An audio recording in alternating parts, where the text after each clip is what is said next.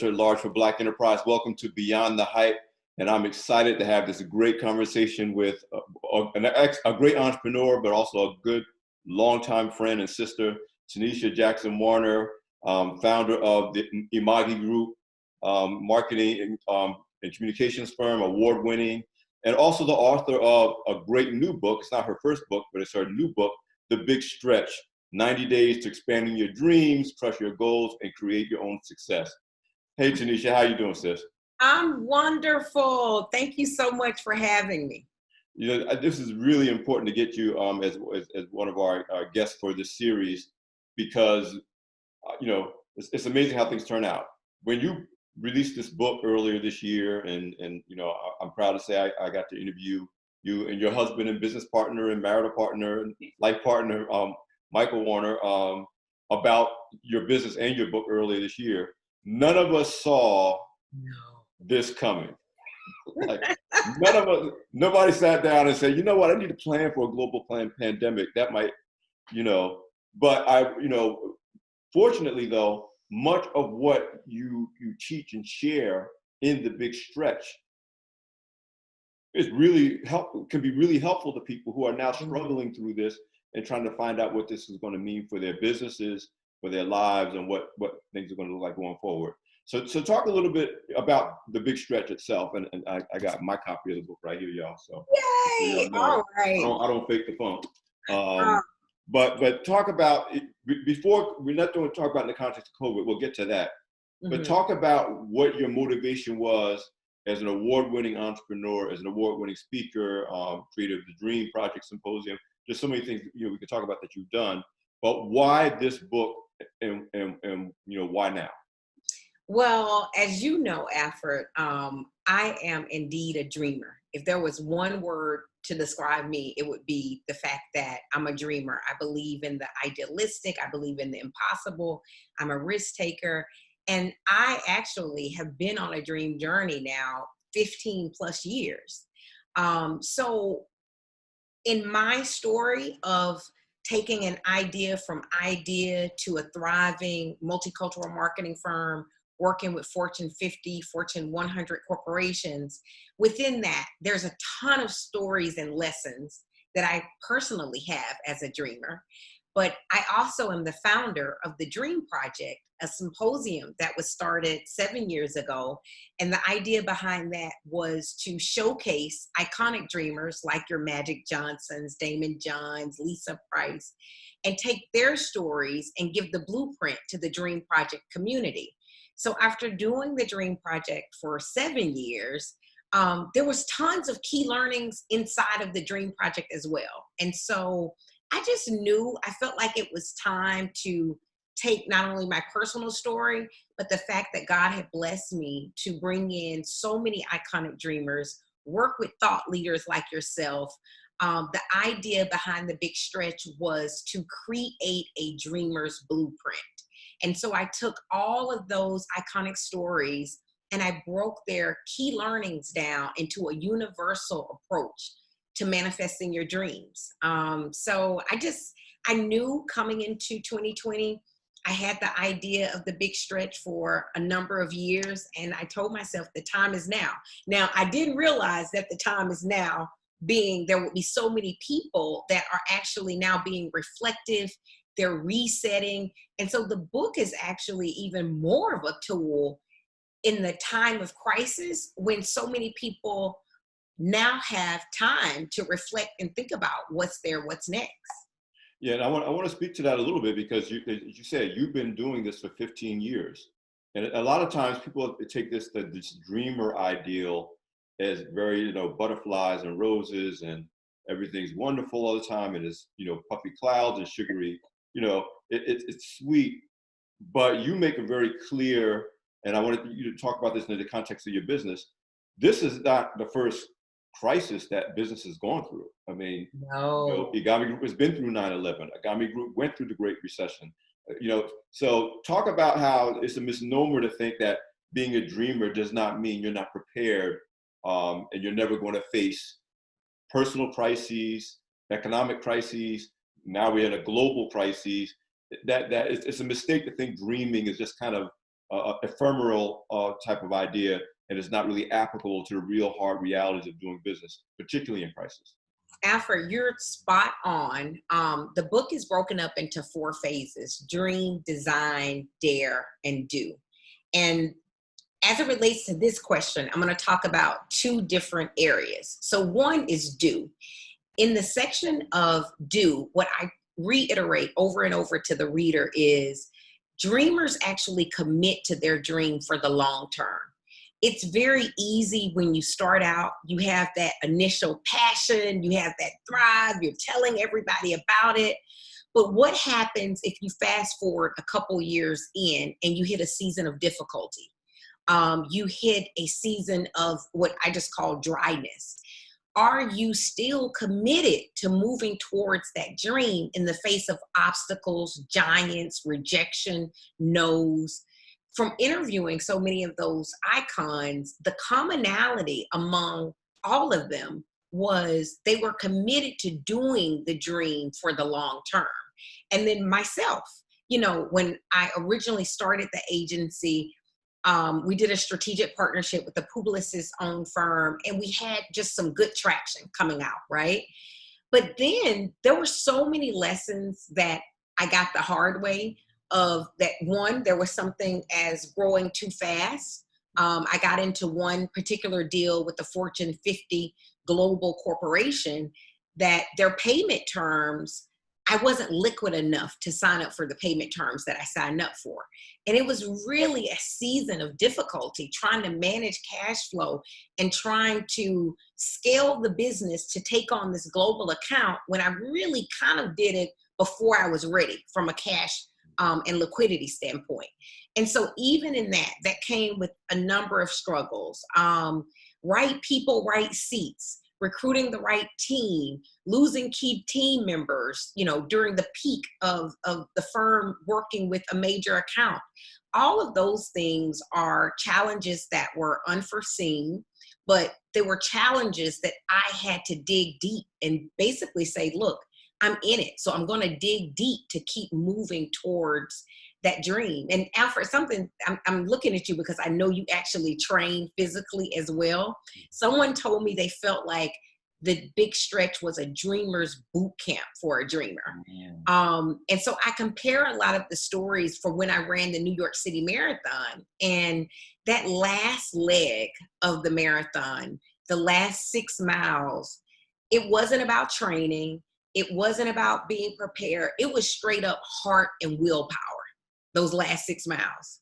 And sometimes even in your dream journey, if you think it's going to be, I'm on the clouds, you're going to have to dig deep at some stage in this dream journey. Yeah, but right? One of my audience know that you and I bonded over the same year you trained and ran in the marathon was the same year I returned to competitive bodybuilding.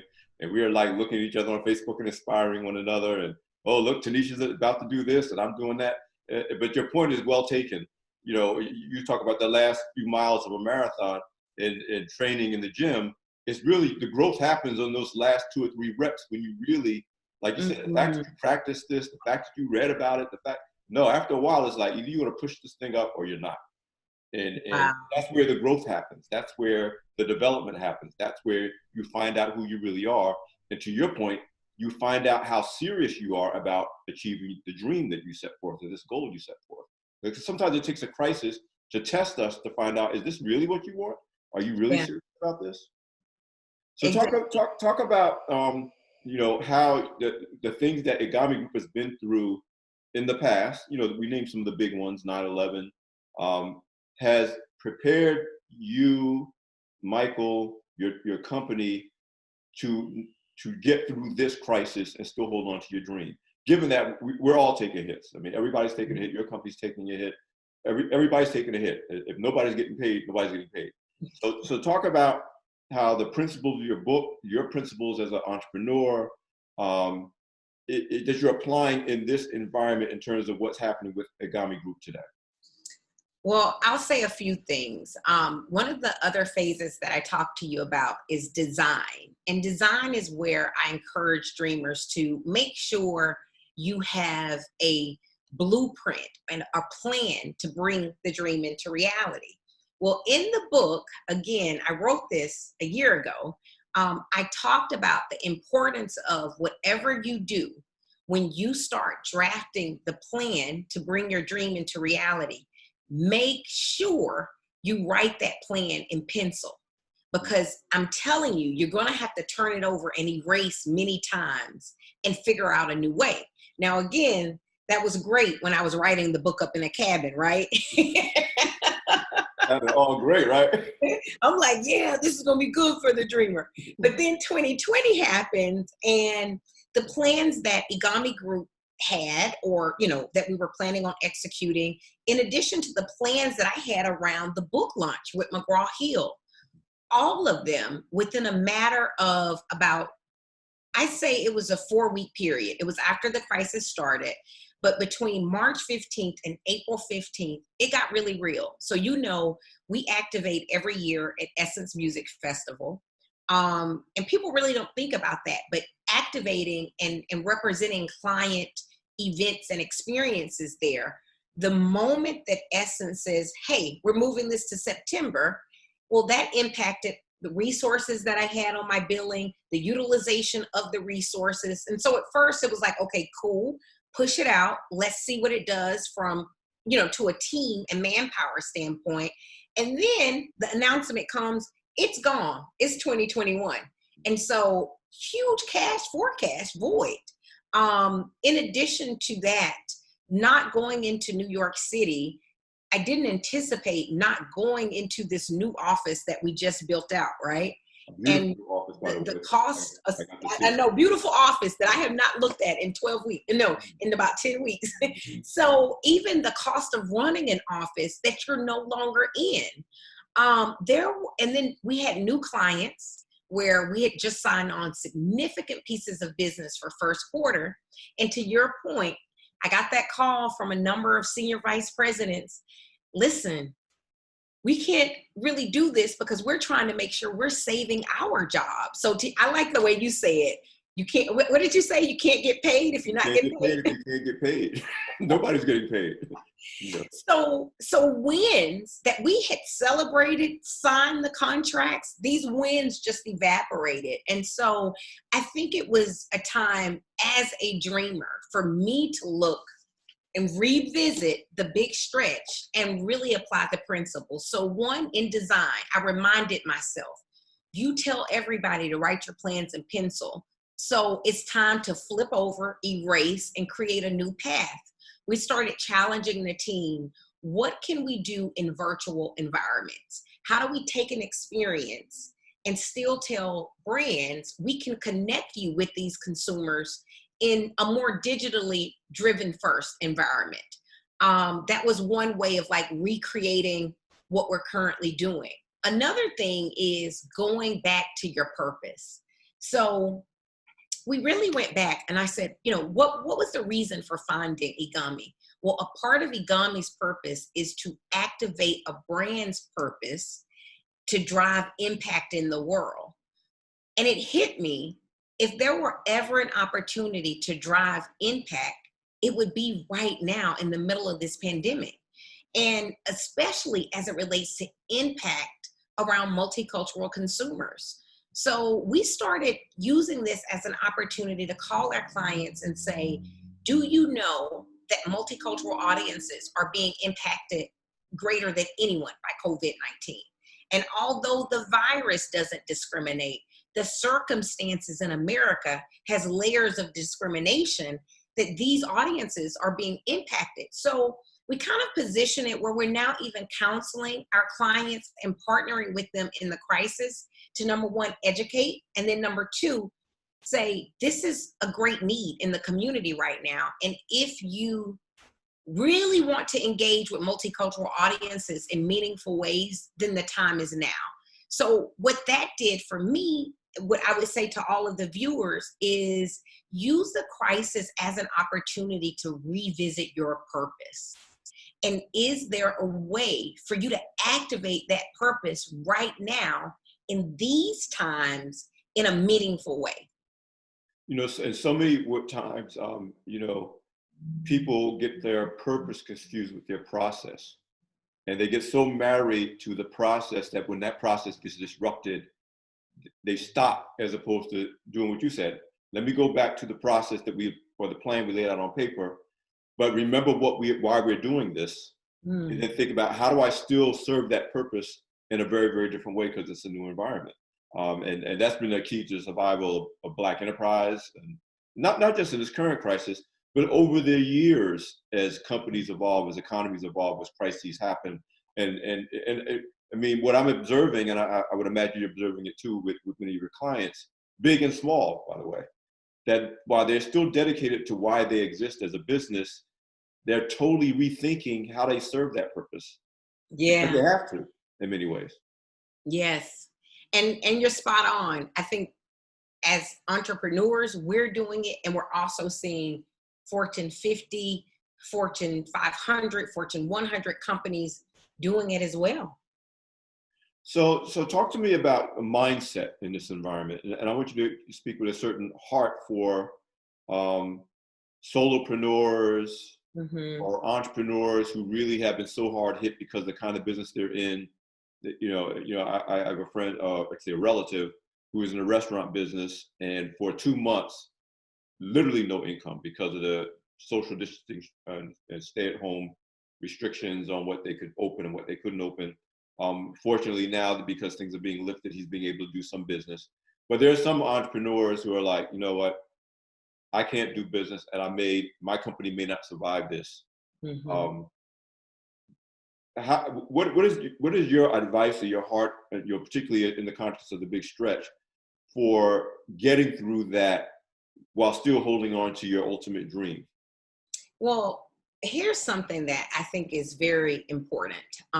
There's a phase in the book that I talk about a dream detox, and that's making sure that your mind, body, and spirit are kind of all in sync to work together for the long term of the dream. And I think in these times, it's even more imperative to go back and pause and do that detox to make sure your mind, body, and spirit, that they are working together. So number one, I think we got to give ourselves a lot of grace.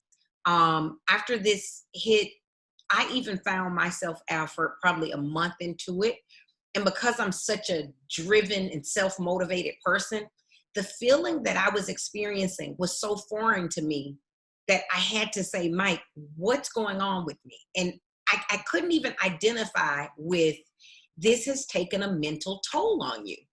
And usually, as this self-driven person, it was just a feeling I couldn't identify with, but I couldn't move past that feeling unless I sat in my truth. And for the first time in a very long time, I had to say, I'm not okay. And that's, as entrepreneurs, we don't really get time to say we're not okay. So I think for the viewers, you guys, we got to give ourselves grace.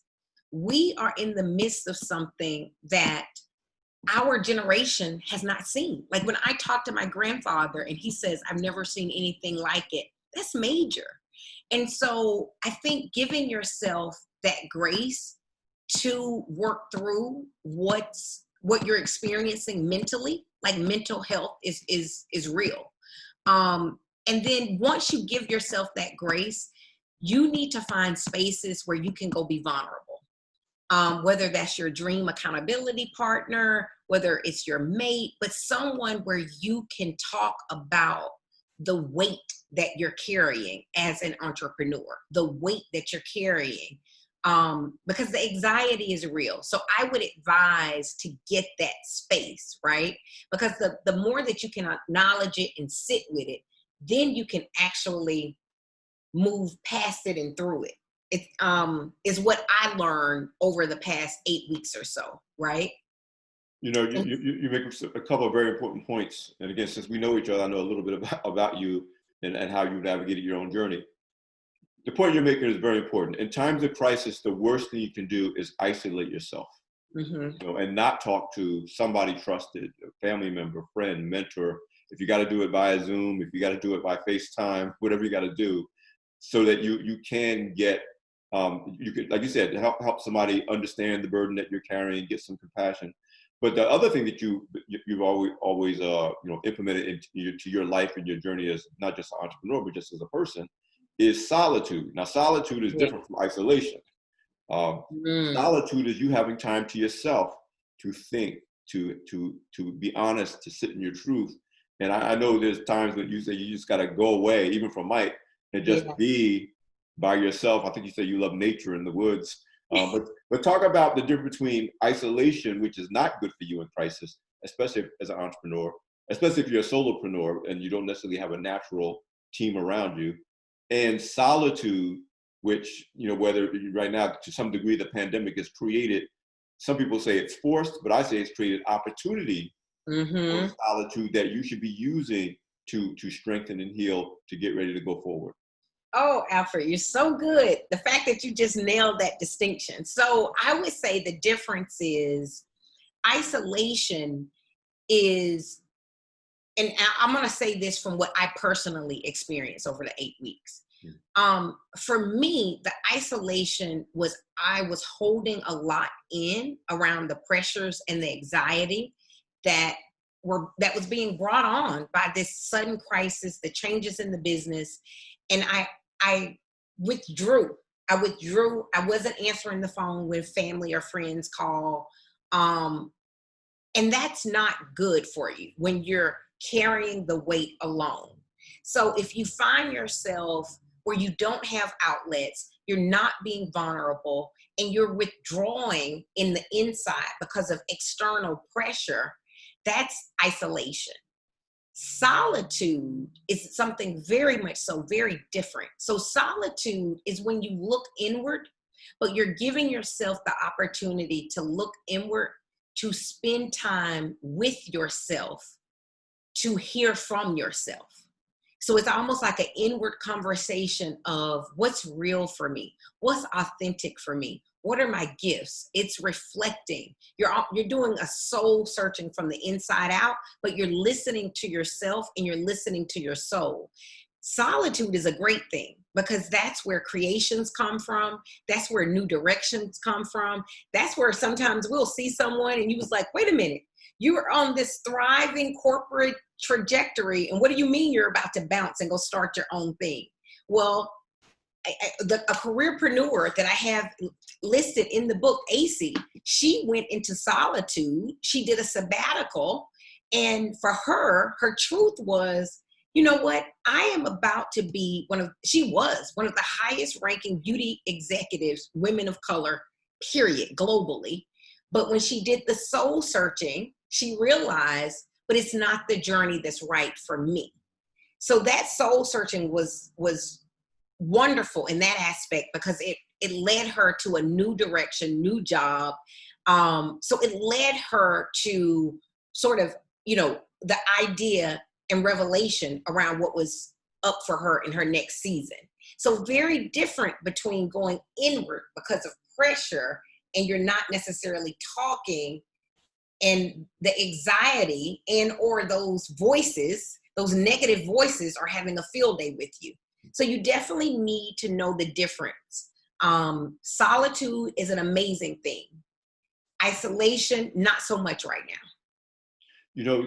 I still, I love this theme of purpose and associating your purpose and your dream. In this case, you're talking about one of the benefits of solitude, and in the way the pandemic is forcing a certain degree of solitude and introspection, is a chance to reaffirm and rededicate yourself to your purpose, your dream, your purpose. Talk to me about a friend of mine who had a similar conversation, entrepreneur, also coping with COVID, and he said to me, because I'm clear on my purpose, I don't recognize periods, I only recognize pauses. So even if I have to ultimately shut down this business, because my purpose still exists, the shutdown is not the end of the business or the end of me as an entrepreneur. It's a pause, even if I have to start from scratch and relaunch this business in a new environment with a new focus. But my purpose keeps it from being a period. It's just a pause. And that's what he used to really face the fact that maybe his business as it exists now won't survive the crisis, but it's not the end of his purpose. That's not the end of his dream. But talk about that dynamic, because let's face it, there'll be thousands of businesses, maybe tens of thousands of businesses that won't come out of this. Mm-hmm. What's the appropriate mentality from the stretch standpoint for entrepreneurs that are facing that reality? Mm-hmm. I think you are so spot on about getting the clarity around your purpose, because once you get the anchoring around your personal purpose, I feel that dreams will come to you to activate that purpose. Dreams are your vehicle to ensure that that purpose comes to life. But you get more than one dream in a lifetime. And think about it. We have serial dreamers all around us. If you take a look at Oprah, right? Her brand stands for live your best life. But she had a 25-year stint with the Oprah Winfrey Show. The network, the OWN network, the buy-in to Weight Watchers, all of those things Acting career, ladder back. producing career. Yeah, producing career, Journalist. Super Soul Sunday. But all of the things that she's touched still kind of goes back to she stands for supporting others and living their best life. And if you look at it that way, the end of what looks like a dream, right? The end gives another opportunity, perhaps for a new creative expression of your purpose. Mm. And I think if you can look at it that way and know what's in your control and know what's not, something that I notice with dreamers is this notion of surrendering. So it comes a time where we can do everything possible that we can do in our strength, pray, but you have to know when to let go and surrender to what is, and then trust that whatever is will ultimately work out for your greater good. So there's a young lady that I interviewed. She's actually Stacey Abrams' business partner. Yes. And they had a company that was around, it was a children's formula. I think it was Nourish, if I'm not mistaken, but it was a healthy children's formula. And this particular company was thriving, but she basically hit the same stumble that I talked about earlier. They were growing too fast.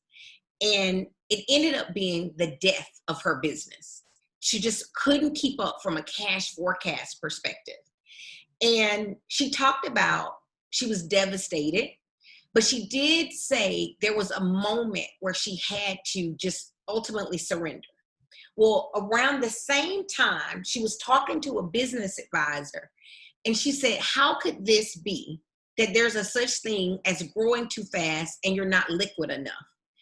It ended up being the birth of their new business, which is something called Now Accounts, where it's basically it's basically like they provide you with cash before you get your cash. Wow. Is the kind of business that it is. It's a factoring business, kind of, but there's a little bit something different about it. But just know that she ended up becoming the solution to the death of her business. So she said, if I had this, then I wouldn't have gone out of business. Now she created this out of the pain. So she was able to actually translate the pain that she went through into a greater purpose. And now she says, I want to make sure that women like me that fail because of cash forecasts, that it never happens again. And I think that was just a great story of she knew when to surrender. She knew when to let go. And what looked like the death of a dream was really the birth of her next dream. You know, I'm a passionate personal believer of viewing death as not an end, but a transition. You know, and the older I get, and you know, and the more, you know, if you're living and learning, and you're looking at your life and the life of the people around you, you start to come up with certain truths that are true for yourself. And my thing is, what we think of as death is really transition. The scary part is we don't always know what we're transitioning to. So when business fails or a career quote unquote ends, the scary part is it's a transition, but we don't know what we're transitioning to. But if we learn to look at it as a transition, again, we learn to keep going and to see what tomorrow is going to bring. Because again, if you have the right mindset, a dreamer's mindset, if you will, the other thing I assume is that whatever is ending is going to be replaced by something better, but I got to be looking for that I got to be expectant of that, as opposed to assuming that it's just over and there's nothing else to look forward to. Let me shift gears a little bit for another group of entrepreneurs. There's a group of entrepreneurs that's kind of in the middle. They're not out of business, and they may never go out of business, but whether they do or not depends largely on their attitude today. And I want to speak particularly to your idea of the dreamer as a warrior.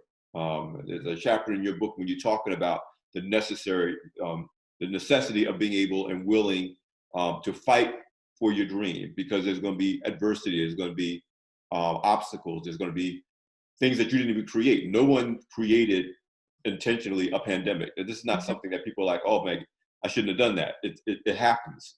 Mm-hmm. Talk to me about that kind of almost toughness, really determination, passion for being a warrior for your dream. And again, we think of dreaming as kind of a very pretty nice thing. We don't think of warriors when we think of dreaming. Well, okay, for me, and I told you how the first 8 weeks I was really feeling down and I had to figure out, what is this feeling, right? I was truthful with myself around the feelings that I was experiencing, but I'm also well aware I'm a leader of a company.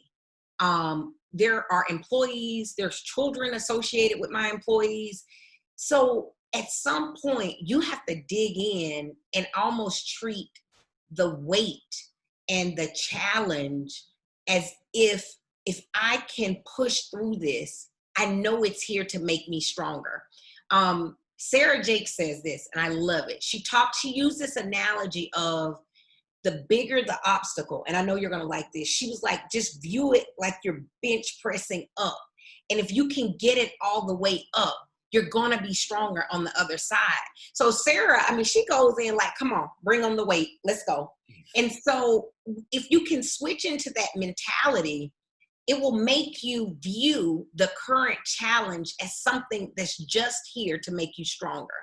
And that switching, I call it the eye of the tiger. Like literally sometimes I'm up here and I start playing my Rocky song.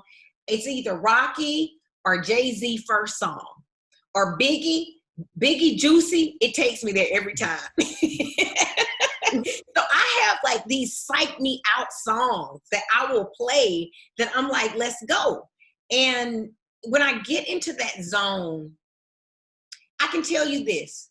I view it like I'm going to fight this obstacle so hard that's in front of me, because on the other side of this obstacle, it's a stronger me waiting on me. And so who's waiting on me to kill this giant is me. And if I stop and I fold under pressure, what version of myself will I never get to meet? Because I was unwilling to knock out these obstacles. And so when you can kind of view it like these obstacles are standing between me and another version, whether it's a stronger entrepreneur, whether it's a stronger wife, or whether it is, a digital creator, because you were forced to start creating new solutions. You never know what version of yourself will be born through the fight, and that's worth it. You know what we're finding out, both as individuals and as businesses, there are things that we should have stopped doing a long time ago, but we didn't have to stop doing it, that the crisis is forcing us to stop doing. And there are things that we could have been doing all along, but we didn't have to do it. So we didn't do it. And then the crisis is forcing us to do it. And both of those things, when we come out of the crisis, the things that we shouldn't have been doing anyway, but will benefit us in the long run, and the new things that we always could have been doing, but the crisis forced us to do, including stuff like what we're doing now with doing interviews, are going to be things we're going to continue to do down the road. And the truth is, if it wasn't for the crisis, we never would have found out what we were capable of. Oh, that's so good. We never would have used those capabilities. And to your point, you didn't know how strong you were during the good times because you didn't have to be strong. You could just do what you were doing and everything was fine. You know, and this is a really important word for entrepreneurs in particular. It's not pleasant. I'm not somebody who's trying to put pretty bows around what we're going through as a nation, as a business, as families, individuals. But to your point, if you can fight through this, who you'll be as a family, as individuals, as businesses, and I believe as a nation, and even as a world on the other side, will be much better than we were before we went into it. Even though we would never have chosen to go into this, we Yeah. had the option. But isn't that the nature of adversity? Nobody chooses it. Yeah. When you're starting your business, everybody wants a straight upward trajectory of revenue growth, and you know, everybody loves you, and all your clients love you, and all your employees do the right thing. Everybody wants that, but we all know that's not the way it works, right? Yeah. Yeah. So as we wrap up this conversation, Teneshia, and you're such a role model for entrepreneurs in general, women entrepreneurs, obviously Black entrepreneurs, but you're also still on your journey. You and Mike are on this 15-year journey. Agami Group is very, very successful, even with the impact of the pandemic. There's no arguing that. What is your mindset, and what is the mindset that you would hope entrepreneurs would take going forward as they navigate through the current crisis, but then they begin to adapt to what life is going to look like post the crisis? Like COVID-19 will still be around, but it won't be a crisis anymore. Mm-hmm. What is your mindset? What is your mentality, both in terms of how you approach the principles of the stretch, but also how Teneshia just, you know, is trying to position her own mind toward what life is going to be like going forward? A couple things. I think if there was one word to sum up the mindset that I would leave everybody with, and not to sound cliche, but it really is, it's adopting the stretch as a lifestyle. And so when you adopt the stretch as a lifestyle, it's almost like you're expecting that life fully expands you, so that by the time you leave the world, you've experienced everything you were supposed to be. Like the expansion and the stretching is ensuring that you experience the person that you're capable of. You don't want to leave here and think to yourself, you know what, I expanded to this, but my true potential really could have allowed me to go here. So if you adopt stretching as a lifestyle, it's like when we see these people and you think to yourself, I'll tell you, like when I did some research on Kobe, I thought to myself, you know, he left basketball after 20 years. Kobe was good. Like, what made him go write a series of children's book? He actually produced a short film and won an Oscar. He started being a serial investor into other businesses.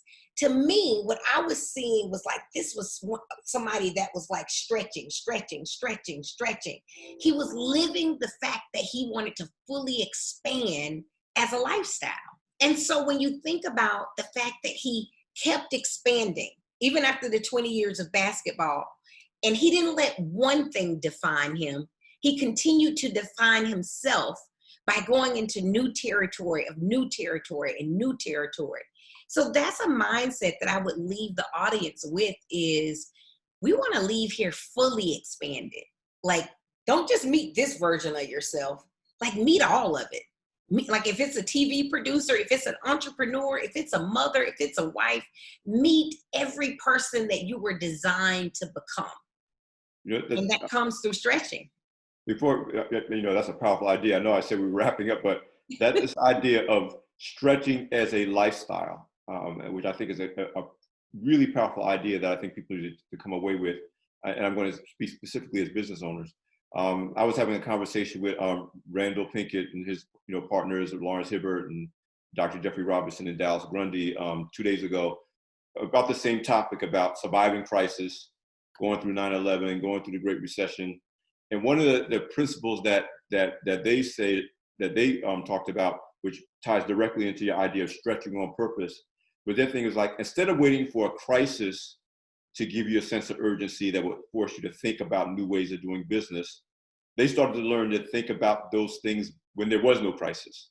Oh, Talk about kind of an internally driven, they use the word paranoia. Instead of feeling like, oh my God, we're being threatened by outside force, let's create that certain degree of threat and outside force and pressure internally to force us to stretch, in your words, before I have to stretch. yeah. And it's the reason why you run marathons before you run a marathon. You're trying to train your body to stretch, so when you really have to, when the marathon happens, your body's like, oh, I've done this before. We got to run 26 miles. It's why I go work out in the gym every day. Like, by the time I have to do, competition, my muscles are like, oh, I get this. I understand what we're doing because we've been doing this every day. So this idea of stretching as a lifestyle really is as a powerful one that you're talking about, that we can continue to wait until a crisis happens to force us to change and grow, or to the point of your book and your philosophy, we can decide, no, I'm going to force myself to change, grow, be uncomfortable, think what would happen to my business if 50% of the revenue disappeared. Instead of waiting for that to happen, how about we do a fire drill? Yeah. Get my whole team together. Okay, 50% of our revenue just disappeared. What are we going to do? Who's going to do what? What are you going to change about how we do our business? What is some new business we can go? And if you practice that, you are in fact stretching as a lifestyle, as opposed to waiting for this circumstance to happen. That's good, Alfred. You just got me hyped. Hey, see, we're feeding each other. It is another reason why isolation is bad. We're just feeding each other right now. What is your kind of final word of encouragement for people who are going through? And this question is less about just entrepreneurs, families going through. People have lost loved ones. There are people dealing with trying to educate their children at home, trying to run businesses, trying to keep a marriage together. Maybe they got an elderly spouse in the house. Some of us only have one or two of these challenges, but there's a lot of families that have these multiple challenges. What is your word for these people as they come through this crisis and come out on the other side? I'm going to sum it up in two different phrases. So one is from my Aunt Margaret. She's passed now, but she was very instrumental in my life. And sometimes, when I was younger and I thought the world was just ending, I would call her and just be so frustrated. And she had this way of telling me, baby, and this too shall pass. And it just would calm my soul to know that here's someone older than me, a lot of wisdom. She also saw grandma go through a lot and my great grandma go through a lot. And she could say to me with confidence, I know, and not only do I know, but I know from my ancestors, I know from, your family, your great great grandma, I know that there's proof that and this too shall pass. It would always give me a sense of peace to know that no matter what it looks like right now, it will pass. So that's one. Now I got to bring out my little hood thug one. Me and my music. But pretty southern and everything, but you got some thug in it. Don't sleep. Yeah, a strong touch of it. But I now will put on Kendrick Lamar's "And We Gonna Be Alright." Like I just put it on repeat, and I just hearing him say, "And we gonna be alright," like it just gives me that peace to know. But this one isn't my Aunt Margaret. It channels like my inner thug. Like, yeah, we got this. Yeah. Hey, for real. So whichever one you choose, you can choose my Zen Aunt Margaret, or you can get down with a little thuggy thug. But the principle that I want you to know is, seriously, as a people, we're going to be good. You're going to be okay. And you got it. Now y'all see why I never get enough of talking to Teneshia. She's just fun, she's funny, and she really does give you hope and inspiration. And so, Teneshia, just thank you so much for making time to be a guest on Beyond the Hype. I really, really appreciate you having this conversation today. Thank you. My homie. That's right. And thank you guys for joining us for Beyond the Hype with Black Enterprise. I'm Alfred Edmond Jr.